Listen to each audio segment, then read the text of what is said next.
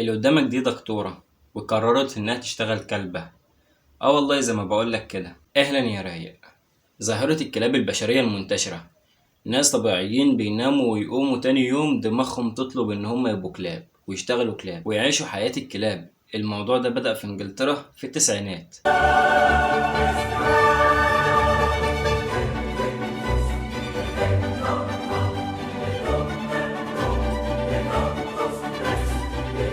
كان في فئة من الناس بيلبسوا زي الكلاب وبيتعاملوا زيهم زي الكلاب بالظبط، وبيبقى معظمهم رجالة، وبدأ الموضوع ينتشر في المجتمعات العربية، والأغرب بقى من كده إن هم بكامل قواهم العقلية.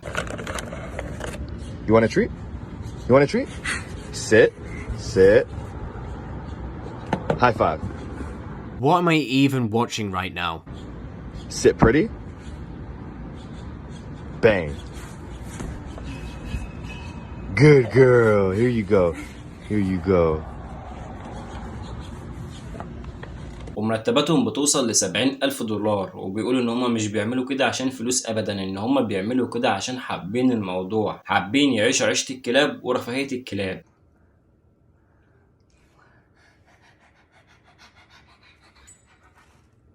بيعرضوا نفسهم على الانترنت ككلاب مطيعة، وبيمشوا على ايديهم ورجليهم زي الكلاب بالظبط، لدرجة ان هما مش بيتكلموا وبينبحوا زي الكلاب. Oh, hey, no, this is human food. You ate already.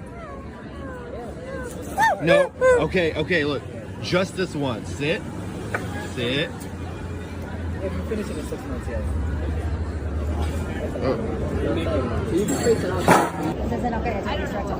Like for me, you can do it, but you can do it right now. ومنهم بقى اللي بيوفر حياته بالكامل ان هو يكون كلب، ومنهم اللي بيشتغل الشغلانة ديت وقت فراغه. والموضوع الاول كان بيحصل في البيوت وكان سر، لكن دلوقتي الموضوع انتشر وفي الشوارع وبقى عبارة عن حرية شخصية. لا وفوق كده اصلا ان اماكن نومهم بتبقى زي الكلاب بردك، صغيرة اصلا عليهم. Right now.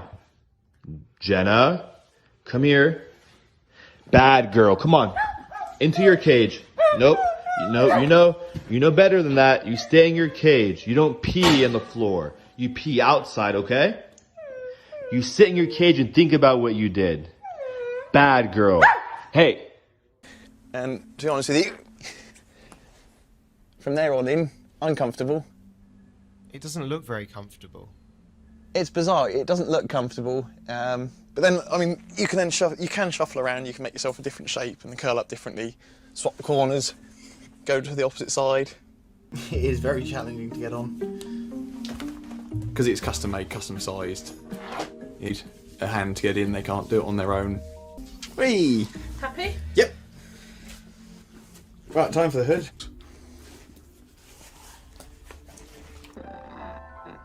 Do theatre work, so I sort of hide in the dark, do the sound and the lights and that kind of thing. I don't want to be seen at work. I don't want to be seen. No, stay. No, bad girl. You're all wet. No, bad girl. I just gave you a bath. Go to your bed right now. Go to your bed. Right now. You know better than that.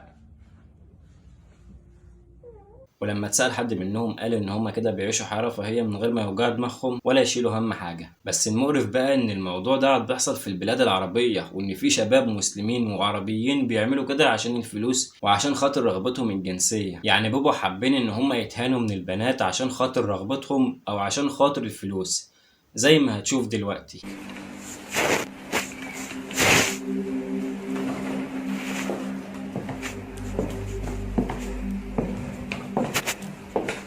Him.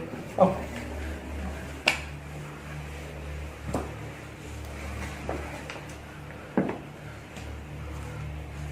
Him.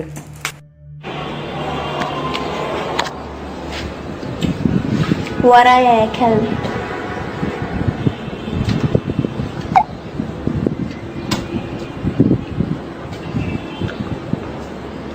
عايزة رجلي تتبرق.